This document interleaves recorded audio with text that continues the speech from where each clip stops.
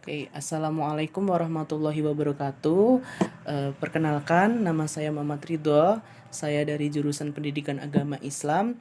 Di sini saya berada di kelas TPD kelas 6 di Universitas Amikom Yogyakarta dan saya berasal dari Universitas Muhammadiyah Surakarta.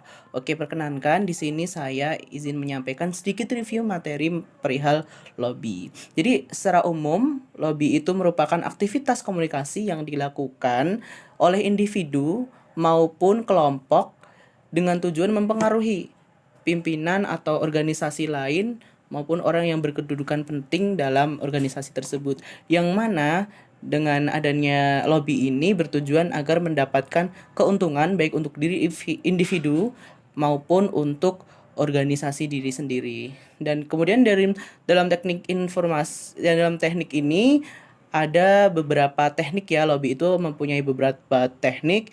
Yang pertama ialah teknik komunikasi informatif, yaitu memiliki informasi yang memiliki informasi yang luas, paham, dan dapat dimengerti gitu.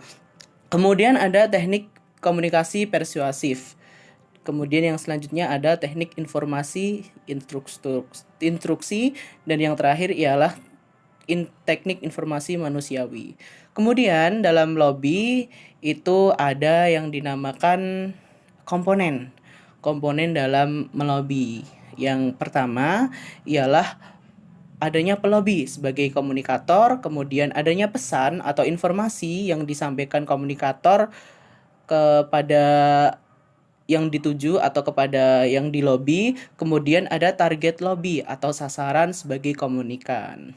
Jadi seperti itu. Kemudian hal-hal yang perlu diperhatikan dalam melobi itu antara lain ada waktu yang tepat untuk suatu pesan. Jadi di mana waktu tersebut itu memiliki ruang atau memiliki sebuah emosi. Jadi waktu tersebut memiliki emosi tersendiri atau memiliki ketepatan sendiri dalam menyampaikan suatu pembahasan di lobby tersebut. Kemudian bahasa yang harus digunakan itu mudah dimengerti. Jadi pesan yang kita sampaikan, pesan yang ingin kita tuju kepada pelobi, kepada yang ingin kita lobby yaitu dapat dimengerti atau dapat dipahami. Contohnya, kalau seumpama saya ingin melobi seorang kepala RT di suatu wilayah. Kebetulan di wilayah tersebut karena wilayah pedalaman, jadi tidak bisa memakai bahasa Indonesia, kemudian hanya bisa memakai bahasa daerah. Nah, saya sebagai pelobi sebisa mungkin untuk menguasai bahasa tersebut, contoh kayak bahasa Jawa. Jadi saya harus bisa bahasa Jawa. Kalau seumpama saya nggak bisa bahasa Jawa, saya mungkin bisa memanggil translator untuk menerjemahkan bahasa-bahasa yang ingin saya sampaikan seperti itu, agar kedua belah pihak merasa nyaman. Kalau seumpama nih orang yang kita lobby itu nggak bisa bahasa Indonesia, sedangkan kita nekat pakai bahasa Indonesia, maka nanti informasi yang ingin kita sampaikan itu tidak bakal tercapai seperti itu.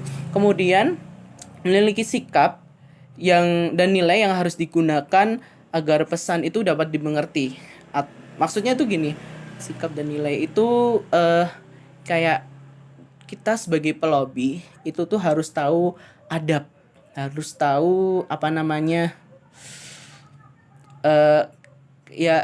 kebiasaan di sana gitu, atau enggak dari bagaimana cara kita berpakaian gitu. Kalau seumpama kita melobi seorang dosen, bagaimana sih kita harus melobi berpakaian dengan bertemu seorang dosen itu, kita harus bagaimana gitu. Apakah kita harus memakai jas atau kemeja putih, ataupun hanya pakai hoodie atau hanya blazeran, pakai cardi gitu.